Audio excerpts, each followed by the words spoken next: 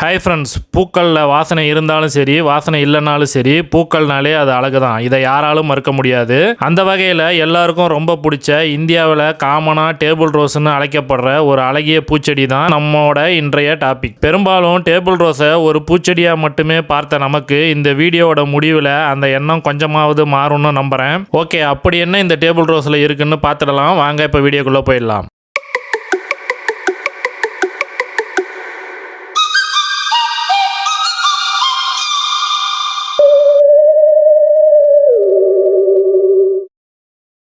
நம்ம இன்றைக்கி வீடியோவில் பார்க்க போகிற டேபிள் ரோஸில் நிறைய வெரைட்டிஸ் இருக்குது. அந்த வெரைட்டிஸோட வித்தியாசத்தை பார்த்தாலே இவ்வளோ நாள் இது நமக்கு தெரியாமல் போச்சேன்னு நிறைய பேர் ஷாக் ஆகலாம். நார்மலாக டேபிள் ரோஸ்னு சொல்லப்படுற இந்த பூச்செடியை table rose, moss rose, sun rose, rock rose, Mexican rose, 9 o'clock rose, 11 o'clock ரோஸ்னு நிறைய பேர் சொல்லி கூப்பிடுவாங்க.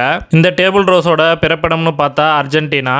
19th century தான் இது சவுத் ஏஷியாவுக்கு வந்த காலம். அதாவது இந்தியா மாதிரி கண்ட்ரிஸுக்கு என்ட்ரி கொடுத்தது. இந்தியாவில் இந்த டேபிள் ரோஸை போர்ச்சுலக்கா, பர்சிலேன் மற்றும் சிண்ட்ரெல்லான்னு வகைப்படுத்தி வச்சிருக்காங்க. இந்த போர்ச்சுலக்கா, பர்சிலேன், சிண்ட்ரெல்லா எல்லாமே ஒரே குடும்பத்தை சேர்ந்த பூ தான்.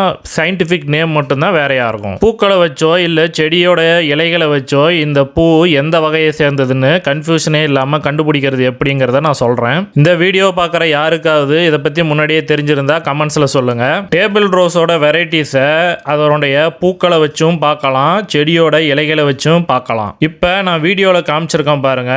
இந்த டேபிள் ரோஸோட இலை நீடில் டைப்ல, அதாவது ஊசி மாதிரி இருக்கு. இதை போர்ச்சுலக்கான்னு சொல்லுவாங்க. அடுத்ததா காமிக்கிற இலையோட ஷேப்பை பாருங்க. டியர் டிராப், அதாவது பட்டையா ஓவல் ஷேப்ல இருக்கு. இதை பர்சிலேன் அப்படி இல்லைன்னா சிண்ட்ரெல்லான்னு வகைப்படுத்தி சொல்லுவாங்க. ஓகே, அடுத்ததா பூக்களை வச்சு இந்த வெரைட்டிஸை எப்படி ஐடென்டிஃபை பண்ணலாம் இல்லை டிஃபரன்ஷியேட் பண்ணலாம்னு பார்க்கலாம். போர்ச்சுலக்காவை பொறுத்த வரைக்கும் பூக்களை வச்சு கண்டுபிடிக்கிறது ரொம்ப கஷ்டம். ஏன்னா போர்ச்சுலக்கால சிங்கிள் பெட்டலும் வரும், மல்டி பெட்டலும் வரும். அதே மாதிரி சிங்கிள் கலரும் வரும், மல்டி கலரும் வரும். அதனால போர்ச்சுலக்காவை பூக்களை வச்சு கண்டிப்பாக டிஃபரன்ஷியேட் பண்ணி நம்மளால கண்டுபிடிக்க முடியாது. அதனுடைய இலை ஊசி வடிவில் இருந்தால் மட்டுமே அதை கண்டுபிடிக்க முடியும். அதே பர்சிலேன், சிண்ட்ரெல்லாவை எடுத்தோம்னா பூக்களை வச்சு கண்டுபிடிச்சிடலாம். பர்சிலேனை பொறுத்த வரைக்கும் பூக்கள் ஒற்றை இதழோட தான் இருக்கும். கலர்ஸை பொறுத்த வரைக்கும் சிங்கிள் கலரும் இருக்கும், மல்டி கலரும் இருக்கும். கடைசியாக சிண்ட்ரெல்லாவை பொறுத்த வரைக்கும் இலையை வச்சு மட்டுமே கண்டுபிடிக்க முடியாது, பூக்களை வச்சு மட்டும்தான் இந்த சிண்ட்ரெல்லாவை கண்டுபிடிக்க முடியும். ஏன்னா இதனுடைய இலை பர்சிலேன் மாதிரியே இருக்கும். பட் ஆனால் பூக்கள் டிஃப்ரெண்ட்டாக இருக்கும். பூக்களை பொறுத்த வரைக்கும் கீழே சிங்கிள் இதழ் பூவும் மேலே மல்டிபெட்டல் பூவும் இருக்கிற மாதிரி ரெண்டும் கலந்த கலவையாக தான் இந்த சிண்ட்ரெல்லா பூ இருக்கும். இந்த போர்ச்சுலக்கா, பர்சிலேன், சிண்ட்ரெல்லா பூக்களுடைய வித்தியாசத்தை இப்போ வீடியோவில் டிஸ்பிளேல காட்டுறேன் பாருங்கள். டேபிள் ரோஸோட வெரைட்டிஸை கண்டுபிடிக்கிறதுக்கு ஈஸியான வழி சொல்லியாச்சு. இப்போ அடுத்த செக்ஷன் போகலாம். டேபிள் ரோஸை இவ்வளோ நாள் அழகுக்காக மட்டுமே நம்ம வச்சு வளர்த்துருப்போம். இந்த செடியில் இருக்கிற நல்ல விஷயங்களை கேட்டால் இந்த பூச்செடியை இனி இந்த கேட்டகரியிலேயே வளர்த்துடலாம்னு தோணும். அப்படி இதில் என்ன நல்ல விஷயங்கள்னு பார்க்கறதுக்கு முன்னாடி இந்த டேபிள் ரோஸ் பூச்செடியை எப்படி சுலபமாக வீட்டில் வச்சு வளர்க்கலாம்னு பார்த்துடலாம். டேபிள் ரோஸ் பூச்செடியை வீட்டில் வச்சு வளர்க்கறது ரொம்ப ரொம்ப சிம்பிள். தரை தோட்டத்தில் வச்சா இந்த செடி ரொம்ப செழிப்பாக வளரும், எந்த மெயின்டெனன்ஸுமே தேவையில்லை. அதே நம்ம மாடி தோட்டத்தில் வச்சு வளர்க்கணும்னா தண்ணீர் அதிகம் தேங்கி நிற்காத மாதிரியான மண் கலவையாக இருக்கணும். வெறும் கோகோ பிட்டில் உரங்கள் சேர்த்து கூட இந்த செடியை சக்ஸஸ்ஃபுல்லாக வளர்த்தலாம்.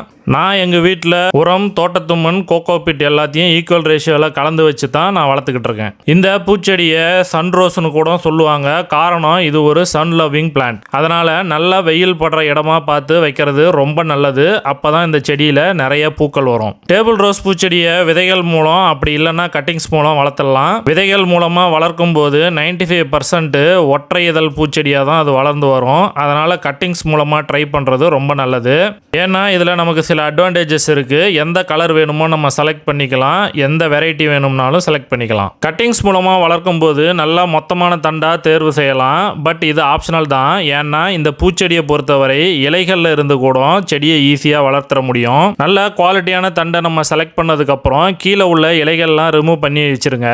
இதை நான் ஏன் சொல்கிறேன்னா, மண்ணுக்குள்ளார நம்ம இந்த செடியை இன்சர்ட் பண்ணும்போது அதில் சின்ன சின்ன இலைகள் இருக்கும்போது அது மண்ணில் அழுகி செடி நல்ல வளர்ச்சி கொடுக்காம போகலாம். அதே இதில் உள்ள இலைகளை ரிமூவ் பண்ணிவிட்டு வெறும் குச்சா நம்ம நடும்போது இதில் ஒவ்வொரு கணுவில் இருந்தும் வேர் விட்டு வளர ஆரம்பிக்கும். இந்த மாதிரி நம்ம நல்ல தண்டாக செலக்ட் பண்ணி ப்ராப்பராக நடவு செஞ்சிட்டோம்னா 10 நாளில் இந்த செடி நல்லா தளிர் விட்டு வளர ஆரம்பிச்சிடும்.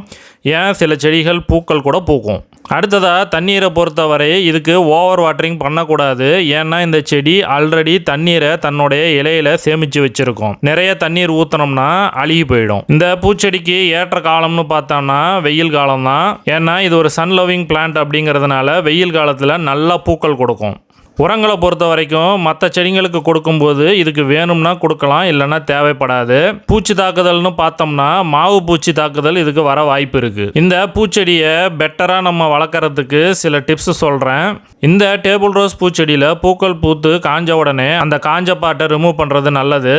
அப்படி ரிமூவ் பண்ணாமல் விட்டுட்டோம்னா இந்த செடி ஃபர்தராக வளர்கிறதுக்கு ரொம்ப கஷ்டப்படும். 6 மந்த்துக்கு ஒரு தடவை இந்த டேபிள் ரோஸ் பூச்செடியை ரீபாட்டிங் பண்ணுங்க, இல்லைன்னா வேரலுகள் நோய் செடி செத்து போயிடும். மூணாவதாக பார்த்தீங்கன்னா மற்ற செடிங்களை எப்படி ப்ரூன் பண்ணுறோமோ அது மாதிரி இந்த டேபிள் ரோஸ் செடியை ப்ரூன் பண்ணி விட்டால் நல்லது. மற்ற செடிகளை காட்டிலும் கொஞ்சம் எக்ஸ்ட்ராவே ப்ரூன் பண்ணி விடுங்க, அப்போ தான் நல்லா செழிப்பாக வளரும். 10 மணி நேரம் வெயில் இருக்கிற மாதிரியான இடத்துல இந்த செடியை வச்சு வளர்க்குறது ரொம்ப நல்லது. இந்த டேபிள் ரோஸ் பூச்செடியை சக்ஸஸ்ஃபுல்லாக வளர்க்குறதுக்கு இந்த பாயிண்ட்ஸே போதும்னு நினைக்கிறேன். இப்போ சப்ஜெக்டுக்குள்ளே வரலாம். நான் ஸ்டார்டிங்லேயே சொன்னேன் இது பூச்செடியும் தாண்டி கொஞ்சம் வித்தியாசமானதுன்னு. எஸ், இந்த செடி கொஞ்சம் வித்தியாசமானது தான். இந்த பர்சிலன் செடியை நம்ம உணவா எடுத்துக்க முடியும். நிறைய இடங்கள்ல இந்த பர்சிலன் செடியை சேலட்ல சேர்த்து சாப்பிட்றாங்க. சில இடங்கள்ல கீரை மாதிரி செஞ்சும் சாப்பிட்றாங்க. பட் ஆனால் இந்த டேபிள் ரோஸை நம்ம உணவா எடுக்கும்போது மிக குறைந்த அளவில் தான் எடுத்துக்கணும். இந்த டேபிள் ரோஸ் செடியில் 93% நீர் சத்தும் 3% கார்போஹைட்ரேட்ஸும் 2% புரோட்டீன் சத்தும் இருக்கு. ஃபேட்டை பொறுத்த வரைக்கும் 0. கிட்னி ப்ராப்ளம் உள்ளவங்க இதை சாப்பிட வேண்டாம். இது மட்டும் இல்லைங்க, கிட்னி ப்ராப்ளம் உள்ளவங்க எந்த கீரையை சாப்பிட்றதுக்கு முன்னாடியும் உங்கள் டாக்டரை கன்சல்ட் பண்ணிட்டு சாப்பிடுங்க. ஏன்னா புரோட்டீன் லீக் ப்ராப்ளம் உள்ளவங்க கீரையை அப்படியே சாப்பிடக்கூடாது. டயட்டீஷியன் சொல்கிற வழிமுறையை பின்பற்றி தான் சாப்பிடணும். இந்த பர்சிலன் செடியில் பாலக்கீரையை விட 5 மடங்கு ஒமேகா 3 ஃபேட்டி ஆசிட் அதிகமாக இருக்குது. இது மட்டும் இல்லாமல் இந்த செடியில் anti inflammatory, anti bacterial, anti accident மற்றும் வூண்ட் ஹீலிங் ப்ராப்பர்ட்டி இருக்குது. அதாவது எதிர்ப்பு சக்தியை அதிகப்படுத்தும், காயம் குணமாக பயன்படும், ஆன்டி கேன்சர் ப்ராப்பர்ட்டியாக செயல்படும். மேலும் விஷக்கடிகளுக்கு டெம்பரவரி மெடிசனா செயல்படும். விஷப்பூச்சிகள் கடிச்ச இடத்துல இந்த செடியோட சாரை தடவி விட்டோம்னா ஹாஸ்பிட்டல் போற வரைக்கும் விஷம் ஏறாமல் தடுக்க முடியும். அடுத்தது தலைமுடி நீளமா வளர ஷைனிங்கா இருக்க இதை பயன்படுத்தலாம். கடைசியா பாடி ஷைனிங்க்கும் இது நல்லா ஹெல்ப் பண்ணுதுன்னு சொல்லியிருக்காங்க. ஓகே ஃப்ரெண்ட்ஸ், இந்த வீடியோவை இதோட முடிச்சுக்கலாம். டேபிள் ரோஸ் செடியை பூச்செடியா மட்டும் இல்லாம ஒரு மெடிசினல் பிளான்ட்டாகவும் பார்க்கக்கூடிய வகையில் இந்த வீடியோ உங்களை மாற்றிருக்கும்னு நம்புறேன். அப்படியே நம்ம எம்டிபி கார்டன் ஸ்டோரை விசிட் பண்ணுங்க. நாட்டு விதைகளோட சேர்த்து இந்த டேபிள் ரோஸ் பூச்செடியும் விற்பனைக்கு வரப்போகுது. வீடியோ பிடிச்சிருந்தா லைக் பண்ணுங்க, உங்க ஃப்ரெண்ட்ஸுக்கும் ஷேர் பண்ணுங்க. மறக்காம சேனலை சப்ஸ்கிரைப் பண்ணி கூட இருக்க பெல் ஐகானையும் பிரஸ் பண்ணிங்க. தேங்க்ஸ் ஃபார் வாட்சிங்.